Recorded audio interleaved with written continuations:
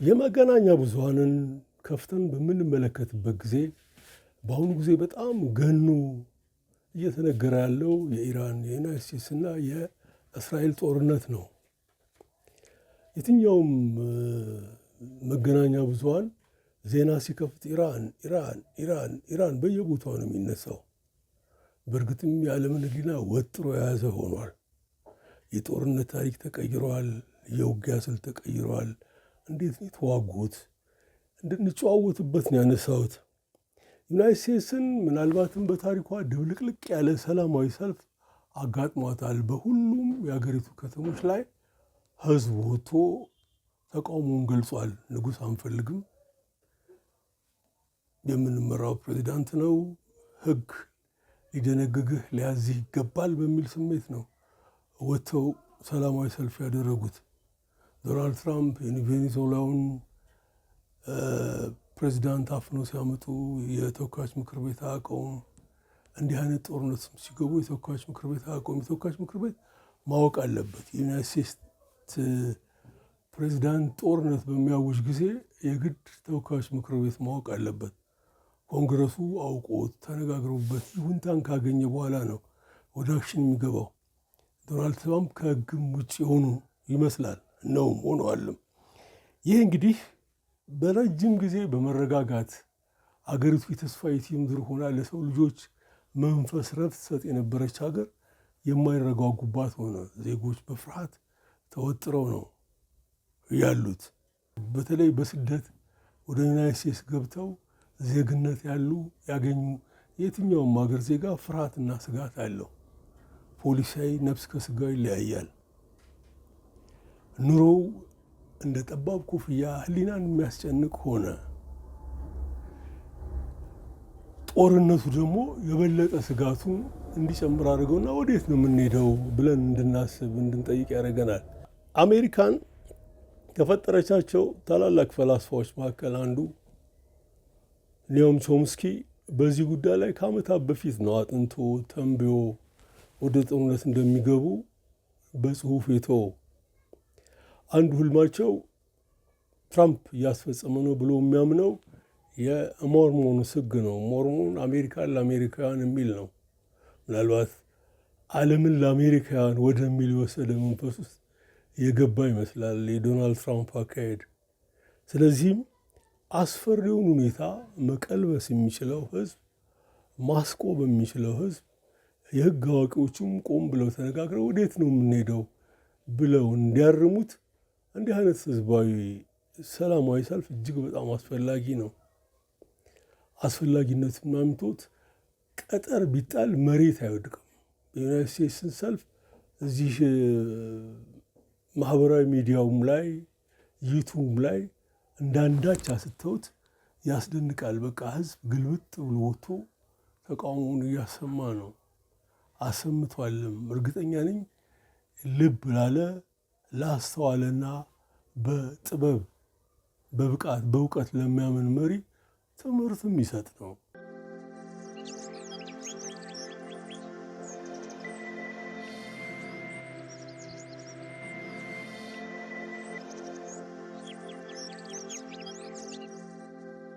ጦርነት ድሮ እንደምታውቁት በጣም 1888 ላይ አሁን አድዋ ብንሄድ ከወዲያ ጣሊያኖች ተደርድረው ከወዲህ ኢትዮጵያውያን ተደርድረው ከወዲያ የምትሰብቅበትን የምትመታውን ኢላማ አይተህ ቃታ ትስባለህ። ለዛውም የዛን ጊዜ የነበረ ጠመንጃ ደግ ነው። መተህ ተኩሰህ ምናልባትም እንደገና ሻቅሽቀህ አጥርተህ ይሆናል 2-3 የምትተኩሰው። በዚህ መሃል ሞት እንዲዘገይ ይሆናል። የመግደያ መሳሪያው ግን እየጨመረ መጣ። እነ ክላሽ ከመጡ በኋላ እኮ ማርከፍከፍ ነው።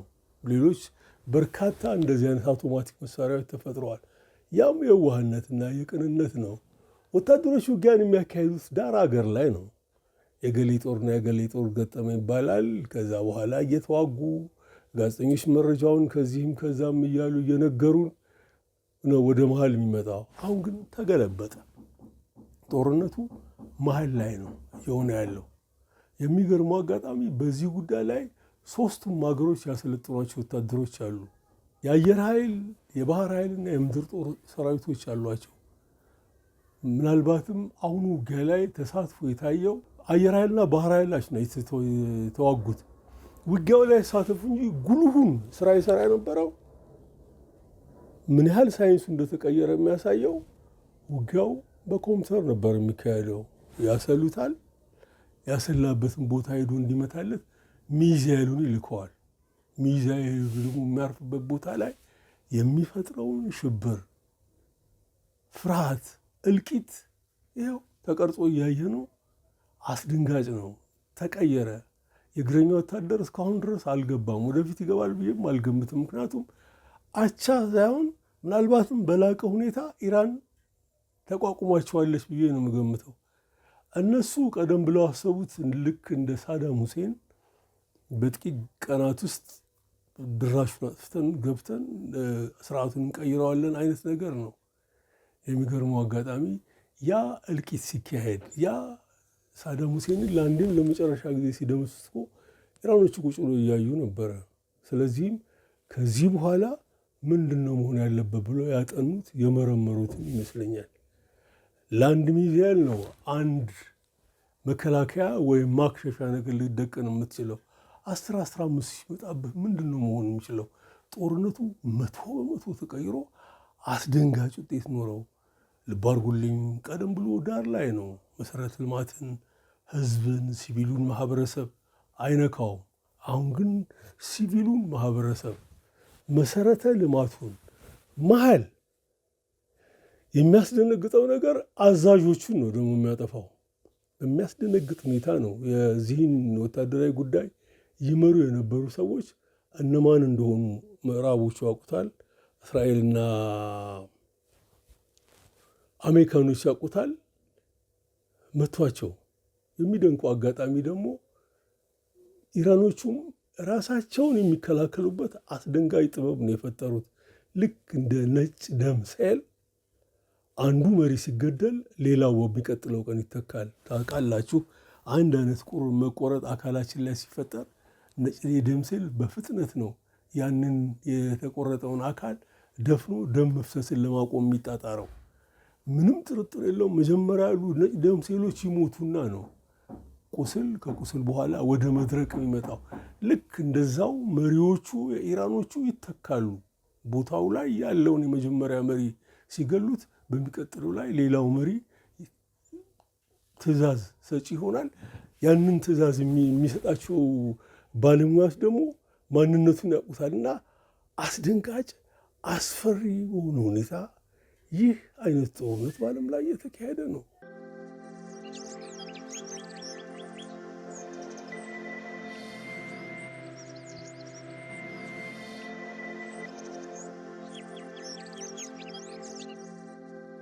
አሜሪካን ብዙ ቦታዎች ላይ ወታደራዊ ካምፖች አሏት። አረቦቹ ምናልባትም እንደዚህ አይነቱን ፍቃድ ሲሰጡ 100% የአንበሳውን ድርሻ ወሰድን፣ ከዚህ በኋላ ማንም ቀና ብሎ አያየንም በሚል ስሜት ነው የሰጧቸው። ኢራን እንደዚህ አይነት ካምፖች ያሉበትን ቦታዎች ደግሞ መርጣ ማጥቃትና መምታት ጀመረች። እንዴት አስደንጋጭ እንደሆነ ገምቱ። በፍጹም በህልማቸውም በእውናቸውም አይመጣም ነበረ ይህ አይነቱ መጠቃት። ለዛም ነው መከላከያቸውን ሳያዘጋጁት በዙን ሰጡ። ሀገራቸው የፖለቲካ መረጋጋት ተፈጠረ። የተፈጥሮ ሀብቱን ሼር ያደርጓቸዋል። ያን ካረክ ምዕራቡ አይረብሽም፣ እንዳውም የሚረብሽንም ያስቆምልሃል። ስለዚህም ተረጋግተው አረቦቹ እየሄዱ ነበረ። የሚገርመው አጋጣሚ የተገላቢጦሽ ሆነና ቁጭ ያለ ልክ የአህያ ባል ከጅብ አያስጥልም እንድሉት ሆነ። አስደንጋጭ ነው። የሚይዙት የሚለቁት ነው የጠፋው። ልብ በሉልኝ፣ ይህ ቅርብ ምስራቅ እኛ ከኤርትራ ጋር የ30 ዓመት ጦርነት ስናካሄድ ቦምቡን፣ መትረየሱን፣ ዶላሩን በደንብ እየሰጡ ያፏጁን ነበር። የእኛ ህዝብ ነበር ቦምቡን ድምፅ ይሰማ የነበረው። የእኛ ህዝብ ነበር የቢኤሙን ድምፅ ይሰማ የነበረው፣ የመድፉን ድምፅ ይሰማ የነበረው። አሁን የተገላቢጦሽ እነሱ የሚሳኤሉን ተምዘግዛጊ ሚሳኤሉን ድምፅ እንዲሰሙት ሆነ። እንዴት ከባድ ነው! አስቸጋሪ ነው። አውቀዋለሁኝ። ጦርነትን አንዴ መቅመስ ነው። ለማንም አልመኘውም። በነገራችን ላይ አንዴ ልምዱ ውስጥ ከታሳተፋችሁ ከዛ በኋላ ምን ይላል ዘላለም በደምና ስጋችሁ ተጽፎ ነው የምታገኙት። አሁን ሚሳኤል የሚጣልበት ቦታ ምናልባትም መሀል ከተማ ላይ አሁን ቡርጅ አልዓረብን ሲመታ ይቻለኝ ትልቅና የሚኮሩበት ምልክት የሆነ ህንፃ ነው። ሲመታ እዛ አካባቢ በ3 በ4 ኪሎ ሜትር ያለ ሰው ያንን አሸባሪ ድምፅ ይሰማዋል። ነጥሮ ነው በደረቱ የሚዘረረው። ስብራቱን ልቃት ካላጋጠመው ምሰየው ነው። ግን እዛ ድረስ ሊሆን ይችላል። እንዴት እንደተፈነከተ፣ እንዴት ልቃት እንዳጋጠመ፣ እንዴት ስብራቱ እንደመጣ ምንም የሚታወቅ ነገር የለው። ተፈጥፍተህ ነፍስ ከስጋ ከመለያየቷ በፊት ነቅተህ ስታይ የሆነ ነገር ተፈጥሯል። ይሄ ድምፅ በጣም በጣም በጣም አሸባሪ ነው። የአእምሮን መረጋጋት ያናውጠዋል። ምናልባትም ለአንዴም ለመጨረሻ ጊዜ የማስታወስ ችሎታውን ሊመታው ይችላል። እንዲህ አይነት ስቃይ የሚሰቃዩ ሰዎች አሉ። ይህን ደግሞ ህመም ማንም አያውቀውም፣ ማንም አያክመውም።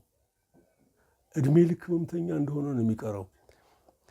ሁለተኛ ዓለም ጦርነት ሲካሄድ የዶክተር ተወልደ ባለቤት የነበረችው ወይዘሮ ሱ ኤድዋርድስ ህፃን ናት።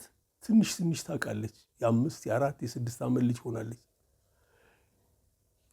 በሁለተኛ ዓለም ጦርነት እሷ የተወለደችበት ኬንት ከለንደንም ከምንም ራቅ ያለ ነው።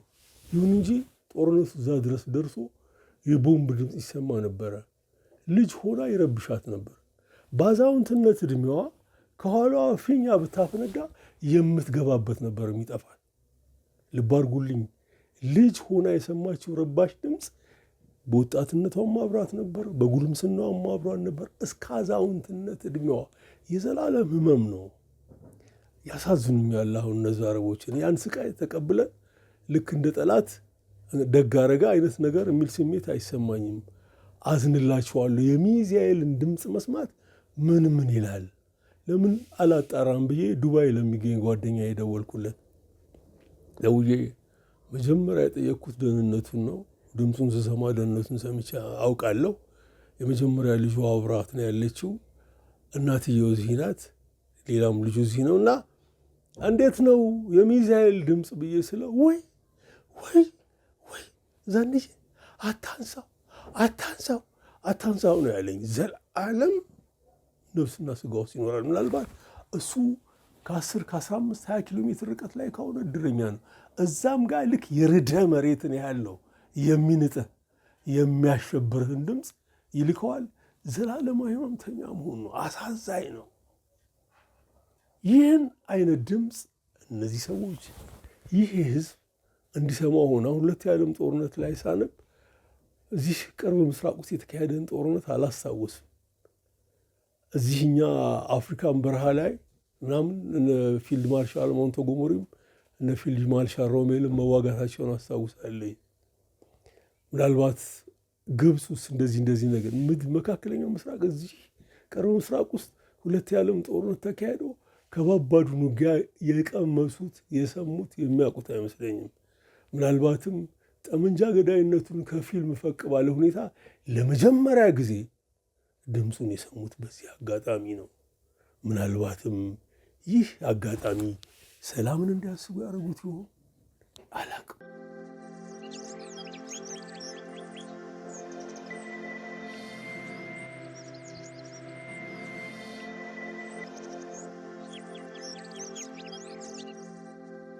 መርከቦች ባህር ላይ ሲንሳፈፉ አይቻለኝ። አውሮፕላን ተሸካሚ መርከቦች፣ ዲስትሮየር፣ በትልሺፕ፣ አንደርወተር ሰመሪን፣ የተለያየ የመርከብ አይነቶች ናቸው። አንዱ ባህር ሰጓጅ ነው። አንደኛው በጣም በጥሩ ሁኔታ ታጥቀው ከውስጣቸው ሶናር ዲቴክተር የሚባል መሳሪያ ያላቸው ባህር ውስጥ ማን ምን እንደመጣ የሚቆጣጠሩበት፣ በራዳር ደግሞ በብዙ ኪሎ ሜትር ርቀት ላይ የሚያዩበት ነው። ይሄ ሆኖ እያለ ግን መርከቦቹ እንዲሁ እንደቆሙ የጠላት ጀት መቶ ሲያጋያቸው፣ የጠላት ሚሳኤል መቶ ሲያነዳቸው ተመለከትኩኝ። ለእኔ ውትድርናው ተሽሯል ወይስ እንዲሁ ኤአይ እየሸወደኝ ነው ብዬ እንዳስብ ነው ያደረገኝ። እንግዲህ እውነቱን ከሀሳዊ ፈጠራው መለየት በጣም እያስቸገረን ነው። ለእኔ ልክ አደገኛ ቦታ ላይ መርከበኞቹ መርከቧ ስትደርስ ኤርክራፍት ኬሪየሩ የራሱ ባታሊዮን አሉት። አጃቢዎቹ የአየር ማረፊያው የአውሮፕላን ተሸካሚው መርከብ አዛዥ የሁሉም አዛዥ ነው፣ አድሚራል ነው። እሱ አላርም ሲነፋ ሌሎቹም አላርም ይነፋሉ። አላርም ማለት ጠላት ቀጠና ውስጥ እየገባን ነው፣ ሁላችሁም በየውጊያ ቀጠናችሁ ላይ ሁኑ ማለት ነው። በዚህ ጊዜ ሁሉም በየውጊያ ቀጠናው ላይ ይሆናል። አንድ አይነት የጠላት እንቅስቃሴ ራዳሩ ሲከሰት በስንት ኪሎ ሜትር ላይ ምን ቦታ ላይ እንዳለ ይረዱታል። ልክ ታርጌቱ ሲገባ ደግሞ ተኩስ ይከፈትና ያጋዩታል። ይህን አይነቱን ማጋየት ውስን ነው ያየሁት። ብዙ ጊዜ መርከቦቹ ሲመቱ ሲሰምጡ አይቼ ይሄ ኤአይ ነው አልኩኝ። ምክንያቱም አውሮፕላን ተሸካሚ መርከብ የሚያዝ አንድ አድሚራል እንዴት ነው መርከበኛውን አላርም ነፍቶ አንቅቶ ዘብ ቆመው ራሳቸው እንዲከላከሉ የሚያደርጉ እስከ መስመጥ ሲደርስ ተመልክቻለሁ። ለእኔ ኤአይ እየሸወደ ነው እንዳስብ ያደረገኝ።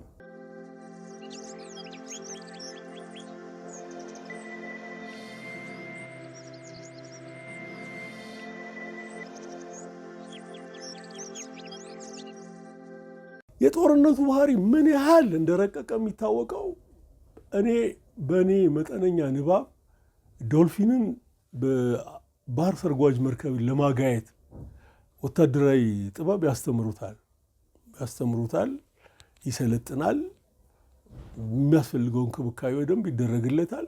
ከዛ በኋላ ማጅራቱ ላይ ቦምቡን ያጠምዱና የጠላት ባህር ሰርጓጅ ያለበት ቦታ ይልኩታል።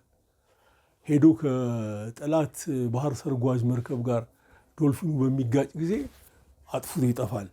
የባህር ሰርጓጅ መርከቡም ኃይለኛ ጉዳት ደርስበታል።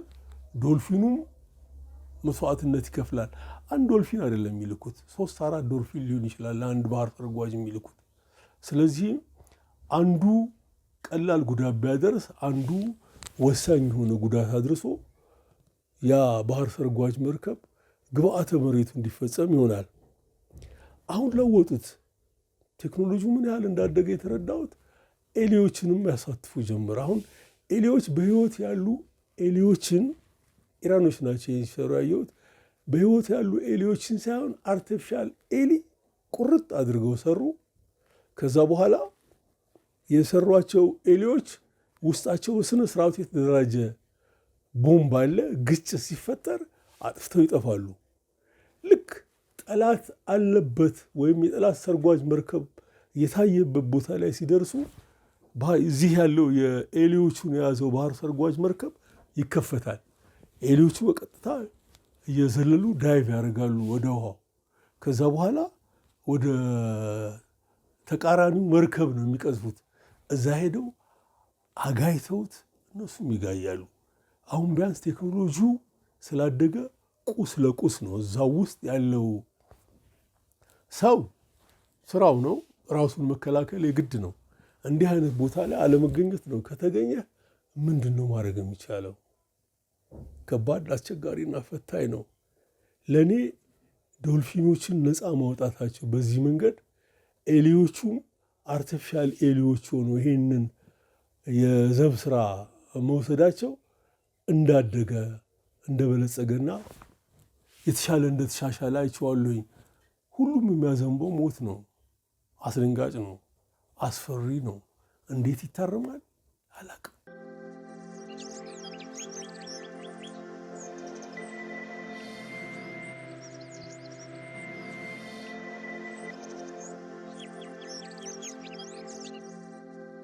አቶ ሐዲስ ዓለማየሁ ምናልባትም የዛሬ 50 ዓመት ገደማ የተባበሩት መንግስታት ጽሕፈት ቤት ውስጥ የኢትዮጵያ ተወካይ ሆነው በሚሰሩ ጊዜ አንድ ወሳኝ የሆነ ሀሳብ ሰንዝረው በተባበሩት መንግስታት ውስጥ ቤቱን ንጠውት ነበረ። ምንድን ነው ያሉት? ሁለት የዓለም ጦርነት ያደረሰውን ውድመት አይተናል። ሂሮሺማና ናጋሳኪ ላይ የተፈጠረውን ታውቁታላችሁ። ሊትል ቦይ ኤንድ ፋትማን የሚባሉ ሁለት አቶሚክ ቦምቦች ተጥለው ነው በሺህ የሚቆጠሩ ጃፓናዊ እንደወጣ የቀረው። እስካሁን ድረስ በሀዘን ያስቧቸዋል እነዛን ሰዎች። እንዲህ አይነት እልቂት የተፈጠረው እንዲህ አይነት ጨራሽ እና ጅምላ ጨራሽ መሳሪያ እንዲፈጠር ዓለም በመፍቀዷ ነው። ስለዚህም ልታግድበት የምትችል አንድ ስርዓት ልታበጅ ይገባል ብለው አሉ። ቤቱን አናወጡት። መጨረሻ ላይ አቶ አዲስ በአቋማቸው ጸኑ። እንወያይበት፣ አንድ ስርዓት ይውጣ። ምክንያቱም የምትቀጥለው ዓለም ሰላምና ጸጥታ የሰፈነባት የሰው ልጅ በሰላምና በፍቅር የሚኖርባት መሆን አለባት ብለው ነው ሀሳብ ያቀረቡት። የሚያሳዝነው አጋጣሚ አልሰሟቸውም። እሳቸውን ይህን ሀሳብ ለማስቀየር ግን የቀለላቸው ለንጉሠ ነገሥቱ መንገር ነው። የቀዳማዊ ሥላሴ ሲነግሯቸው ቀዳማዊ ሥላሴ ተገርመው አንተ በትልልቆቹ ጸብ ምን አገባህ አሉ። እሳቸውም አርቆ አላስተዋሉ። በትልልቆቹ ጸብ ምን አገባህ እና ነው እንዲህ እንትን የምትለው በል ሀሳብን አንሳ ብለው ሀሳቡ ሪዘርቭድ ሆኖ ተመዝግቦላቸው እንዲቀመጥ ሆኗል። ያ ሀሳብ ተግባራዊ ሆኖ ቢሆን ኖሮ ማለትም የሰው ልጅ የጋራ ዓለማችን ናት፣ እኩል የምንኖርበት ፕላኔት ነው፣ ተከባብረንና ተፋቅረን እንኑር፣ የሌለህን ልስጥህ፣ ያለህኝ የምትሰጠኝ ሁኔታ እንፈጥራለን፣ እንዲህ ተባብለን የምትሳሰብ አይደለንም። ልብ አድርጉልኝ፣ አሁን እኮ ያለንበት ዘመን ምንም አይነት ርዕዮተ ዓለም የለውም። ካፒታሊዝም ዓለምን እየመራ ያለው እንዳውም ፍጥጥ ባለ ሁኔታ በዚህ ጦርነት ውስጥ ላወጣነው ወጪ ትከፍሉናላችሁ አረቦቹም ብሏቸዋል ዶናልድ ትራምፕ። በቃ ሰላምህን ማግኘት የምትፈልግ ከሆነ ገንዘብ ሰጥተህ ታገኛለህ። አለበለዚያ ግን ግጭቱ ከሀያል ጋር ነው፣ ከጉልበተኛ ጋር ነው። መውጣት መግባት ይከለክልሃል። እንዴት ከባድ እና አስቸጋሪ እንደሆነ እዩት። እና መጀመሪያም ቅንነቱ ስላልነበረ እነ ኢንግላንድም ሀሳቡ ነበራቸው። ዊንስተን ቸርችል ፊዚክሱን ይህንን ቀመር ከዩናይት ስቴትስ ለመውሰድ የሚያደርጉት ጥረት እንደነበር አውቃለሁ። አሜሪካኖች ሰርተው ትሩማን በወቅቱ የአሜሪካን ፕሬዚዳንት የነበረው ትሩማን ነው። እሱ ከስታሊን ጋር ተገናኝተው ሲጨዋወቱ ጆዜፍ ስታሊን የሩሲያ መሪ የነበረ ነው፣ የሶቪየት ዩኒየን መሪ የነበረ ነው። ሲጨዋወቱ ሆረር ለመልቀቅም ነው፣ ፍርሃት ለመልቀቅም ይመስለኛል። ወንድም ስታሊን አሜሪካን እኮ አቶሚክ ቦምብ ሰራች ብለው የምስራቹን ሲነግሯቸው ስታሊን ከረሾ መልካም መልካም እንደማለት ነው። ከረሾ ብሎ አድንቆ ዞር ብሎ ነው በዛ በዶስቶዬቭስኪ ቋንቋ በሉ ቶሎ ስሩና አብረን እናልቃታለን አይነት ትእዛዝ ነው የሰጠው። ሶቪየት ዩኒየንም ኖራት። አሁን በቅርብ ሳነብ አሜሪካን ሂስትሪ ላይ ራሳቸው የጻፉት ላይ ነው እነ ኒውዮርክን፣ እነ ሎስ አንጀለስን፣ እነ ዋሽንግተን መምታት የሚችል ተመዘግዛጊ ሚሳይል አላቸው ነው የሚለው ሶቪየት ዩኒየን። ምንም ጥርጥር የለውም። እውቀቱ አሁንም ፑቲን እጅ ላይ ያለ ማለት ነው። እና አስፈሪ ዓለም የሰው ልጅ እየፈጠረብን ነው።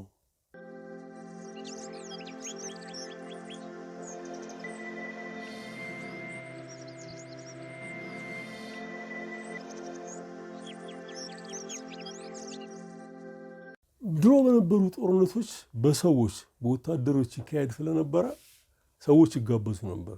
ለምሳሌ ያህል ኤልቪስ ፕሪስሊ ጀርመን ሄዷል። ኤልቪስ በ1950ዎቹ ዝነኛ ነበር። 40ዎቹ ላይ ጥሩ ስምና ዝና ፈጥሯል። ሁለት የዓለም ጦርነት እንደተጠናቀቀ የአሜሪካን ወታደሮች ለማዝናናት ጀርመን ሄዷል። ከድል በኋላ ሄዶ አዝናንቷቸው ተጫውቶላቸው ወደው ጥሩ ጊዜ አሳልፎ ነው ሄደው። እንዲህ ታዋቂ የሆኑ ሰዎች አሜሪካኖች ያላቸው ልክ እንደዚህ አይነት አውደ ውጊያ ላይ ወስደው ወታደሮቻቸውን እንዲያዝናኑ ያደርጋሉ። ሌላም ማስታውሰው ቬትናም ዋር ላይ እንዲውል መሐመድ አሊ ተልኮ መሐመድ ፈቃደኛ አልሆነም። እንደውም በጣም ትንታግ ነው። በከፍተኛ ሁኔታ ነው የነቀፋቸው። እኔ ምስኪን የሆኑ ቬትናማንን ለመፍጀትና ለመግደል አልዘምትም ብሎ ዝናውንም ሻምፒዮን የሆነውንም ሽልማቶች ምኖች እንዲነጠቁ ተደርጎ በቃ እያለ ንትርክና ጉንጭ አልፋ ክርክር ውስጥ ገብቶ ምናልባትም ዓመታት ከተቆጠረ በኋላ ነው እንደገና ወደ ጨዋታው እንዲመለስ የሆነውና አልሄድም አለ። ይሄ ትልቅ አድርጎታል። ህብረተሰቡም አክብሮታል፣ ራሱ አሜሪካኖችም አክብረውታል። በተጨማሪም ዓለም አቀፍ አንቱታንም አትርፎበታል። በቅርብ ክብሩ ቦክስ የሚል ቴሌግራም ላይ መጽሐፍት የሚለቅ ያለ እዛ ላይ ቦማሊ ከመሐመድ አሊ ጋር ተገናኝተዋል።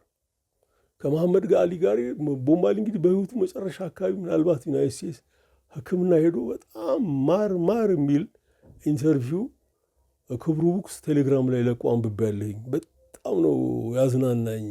ሁለቱ ጥቁር እውቅና የተከበሩ ስፖርተኛና ከያኒ የሚባባሉት ውስጥ የሚነካ ነው። አስታውሳለሁ መሐመድ አሊ አልጋው ጫፍ ቁጭ ብሎ ምን ይለዋል? በመጨረሻው ህይወት ምዕራፍ ላይ ነው ያለው። አንተ ብዙ አስተማርከን አለው። ምንም ጥርጥር የለም። እኔ ዘፋኝ ብሆን ለእኔ ሮል ሞዴሌ ቦማሊ ነው። ትልልቅ ነገሮች አንስቶ ዓለምን አነጋግሮ ነው ያረፈውና አስተማርከን ሲለው መሐመድ እኔ አንተን ላስተምርህ አልችልም፣ አንተ እኮ መሐመድ ነህ፣ አንተም ይህን አድርገህ አስተምረህናል ይለዋል። እና ይህን ያህል ጊዜ ደግሞ ተጫውተሃል። ስለዚህ ለወዳጆች ስትል ደግሞ አሁን ስፖርቱን አቁምና ቀሪህን ህይወት በሰላም ግፋ ይለዋል። መሐመድ አሊ ይህን ምክር ይሰማል። ከዛ በኋላ ጨዋታ አቁሞ 36 ዓመታት ገደማ ኖሮ ነው ያለፈው። ያንን ኢንተርቪው ክብሩ ቦክስ ገብታችሁ ብታዩት ቴሌግራም ውስጥ እርግጠኛ ነኝ እኔ ውስጥ የተፈጠረውን ደስታ እናንተም ውስጥ ይፈጠራል። ይሄ ዘመን ግን የኮምፒውተር ዘመን ነው፣ የቴክኖሎጂ ዘመን ነው። የትኛው ታዋቂ ሰው ነው የት ጋር ሄዶ ህብረተሰቡን ወይም ወታደሩን ሊያነቃቃ የሚችለው? ስታዩትስ ፍትሐዊ ጦርነት ነው ብላችሁ ታምናላችሁ? ለምን እንዲሆነ? ለምንስ ይህን ያህል አስፈለገ? አላቅም። ኖም ቾምስኪ ሚዲያውን የተቆጣጠረ የማንንም ህሊና ይቆጣጠራል። ዶናልድ ትራምፕ አሁን የሚነግሩን እየተደራደረን ነው። እውነት ነው? ወዴት እየሄደ ነው? ያስፈራል። ምን ያህል አስቸጋሪና ፈታኝ እንደሆነ የምታውቁት ገጠር ላሉ ዘመዶች ደውዬ ነበር። አሁን በሞተር መጠቀም አቁመናል፣ ነዳጅ አጥተናል። ድብን ያለ ገጠር ላይ አዲስ አበባውም ያለው መንገጫገጭ እያያችሁት ነው። ዓለምን ያንገጫገጨው ዓለምን ነው አሳሯን ያሳያት። እንግዲህ ዓለም የመነጋገር እድል ቢኖረው ዩናይትድ ኔሽንም ኃይል አልባ ሆነ። ዶናልድ ትራምፕ አክብረው የሚያናግሯቸው አልሆኑም። አሁን በፊት የአሜሪካ መሪዎች እንዴት አስተዋይና ጨዋ አርቆ ሀሳቢዎች ነበሩ። ቢያንስ እንዲህ አይነት ግሰጣ ሚዲያውም እጃቸው ላይ ቢኖር እንደፈለጉም የህብረተሰባቸውን ጭንቅላት ተቆጣጥረናል ብለው ቢያስቡም ይሰሙ ነበር። ዶናልድ ትራምፕ እንደማይሰሟቸው ስለሚያውቁ ዝምታውን ነው የመረጡት። አንቶኒዮ ጉተሬዝ አስቸጋሪ ነው። የሚገርመው አጋጣሚ ግን ይነጋል፣ ይመሻል፣ ፀሐይ ትወጣለች፣ ወቅቶችም ይፈራረቃሉ፣ አዋፍም ሲጮሁ እናያቸዋለን፣ ዝናብም እየዘነበ ነው። ህይወት እንዴት ትቀጥል ይሆን? ልብ በሉልኝ፣ የጦርነት አካሄድ ተቀየረ። ጦርነት ድሮ ዳር ነበር፣ አሁን መሀል፣ ከመሀልም መግደል የሚፈልጉትን ሰዎች አሳደው አግኝተው መምታት። አሁን ከዚህ በፊት ተጫውተነዋል። ፊደል ካስትሮን ለመግደል አሜሪካኖች ከ600 ጊዜ በላይ ሞክረዋል። ሲአይኤ ብሎ አልሳካለት ቢል ብዙ የአሜሪካን ሚዲያዎች እንዲህ ሲአይኤ የሚሰራው ለኩባ ደህንነት ነው ወይ ለኩባ ደህንነት ክፍል ነው ወይ ብሎ እስከ ማለት ነው የተደረሰው። ካስትሮም አምልጧቸው የእግዚአብሔር ሞት ነው። ከዚህ ዓለም በሞት ሲለይ የእግዚአብሔር ሞት ነው የሞተው። እንዲህ በህይወት ቢኖር ስንት ይገሉት ነበር ብዬ አስባለሁ። አስቸጋሪ ነው፣ ፈታኝ ነው። እንደዛም ሆኖ ግን መፍራት መርበትበት አያስፈልግም። ህይወትን እንዳመጣጧ ተቀብሎ መቀጠል ነው። ልብ አድርጉልኝ፣ ይነጋል፣ ይመሻል፣ ነገም ሌላ ቀን ነው።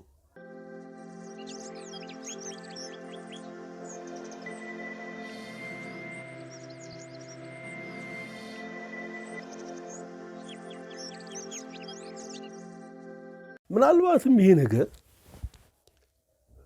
ጦርነት ወዳዶችን የሚያስተምራቸው ይመስለኛል። እኔ ስለ ጦርነት ወዳዶች መጠነኛ ንባብ አለኝ። ወታደራዊ ጉዳይ ላይ በደንብ ስራዬ ብዬ ነው የማጠናው። አልጽፈውም ወይ አልዘግበውም፣ ማወቅ ስላለብኝ አውቃለሁ። በተጨማሪም ቀደም ብሎ የነበረኝ ህይወትም ሰፋ ያለ የውትድርና ንባብና ዘብ የመጠበቅ ልምድም አለኝ። እልቂት ይምጣ ብሎ ምድር ትሰንጠቅ ብሎ የሚለው በሙሉ ደፋር እንዳይመስላችሁ። እውነተኛው መዓት ሲመጣ ያ ሰቅጣጭ ምድርን የሚኒጥ የሚዲያል ድሁ ብሎ ሲል የመጀመሪያው ፈሪ ያ ምድር ትሰንጠቅ አሁን ፋጅና ይለይልን እያለ ማህበረሰብን የሚቀሰቅስ ነው። አጋጣሚው ፈቅዶላችሁ ከእንደዚህ አይነት ሰው ጋር ከእንዲህ አይነት መዓት እግዚአብሔር ይጠብቃችሁ እንጂ ከእንዲህ አይነት ሰዎች ጋር ውላችሁ አጠገባችሁ ብትሄዱ ይከረፋሉ። ምክንያቱም ፈሳሽ አጣቸውም፣ ወዲያው ነው የሚለቁት፣ ራሳቸው መቋጠር አይችሉም። የሚገርመው ጦርነቱን መምራት የሚችሉ ሰዎች ግን ጨዋ፣ አስተዋይ እስከ መጨረሻዋ ሰዓት ድረስ በሰላምና በጸጥታ እንዴት እንኖራለን ነው የሚሉት። ያውቁታል፣ ያሸንፉሃል፣ ቀድመው ሰልለዋል፣ ኃይልህን አውቀዋል። ምን ቢመቱ ድራሽ እንደሚያጠፉት ያውቃሉ። ጦርነት ከዚህም ስተኩስ እልቂት ነው፣ ከዛም ሲተኮስ በእልቂት ነው። ሁለቱም አውዳሚ ነው። ስለዚህ እንደነዚህ አይነት ሰዎች በምንም ተአምር ወደ ጦርነት መግባትን አይሽቀዳደሙ። በጣም አስተዋይ፣ ረጋ ያሉ፣ በመጨረሻዋ ሰዓት ላይ ራሱ ሲወስኑና ምድር ቀውጢ ስትሆን እጃቸው ላይ ሻይ ቢይዙ አትቅጨለጨልም። ማማሰላቸውን ሳያቆሙ ትእዛዝ ሰጥተው ውጊያውን ይመሩታል። አንድም መሸበር የለም። ሻያቸውን ጨርሰው ካስቀመጡ በኋላ ይሄን አርግልኝ ያን አርግልኝ ድልን ይጨብጡታል። እንዲህ አይነት አስተዋዮችን ነው መስማትና መከተልም ካለብን መከተል ያለብን። ያም ሆኖ ጦርነትን ከዓለማችን ላይ አምላክ በቸርነቱ ለአንዴም ለመጨረሻ ጊዜ ያስቀርልን። ዓለም በዚህ አይነት ሁኔታ የምትሄድ ከሆነ ነገ ርቀት ተምዘግዛጊ ሚሳይሎች በዓለም ላይ የምንኮራባቸውን፣ የምንወዳቸውን፣ የምናደንቃቸውን ቅርሶቻችንን ያጠፉብናል፣ ከተሞቻችንን ያወርዱብናል፣ አስተዋይና አርቆ አሳቢ ዜጎቻችንን ያጠፉብናል። የሰው ልጅ ግን ማሰቡን አያቆምም። ምናልባትም ነገ ማርስ ወይም ጨረቃ ላይ ሆኖ እንዴት ምድርን መቆጣጠር እንዳለበት የሚያስብ ሳይንቲስት መፈጠሩ የማይቀር ነው። ምክንያቱም ሰው ማሰብን አያቆምም። ማሰብ ያቆመለት ተስፋው ይከስማል። ማሰብ ያቆመለት መሞትን ይጀምራል። ስለዚህም እኛ በምንችለው ሁሉ መልካሙን እናስብ። ሰላም በምድራችን ላይ ይስፈን።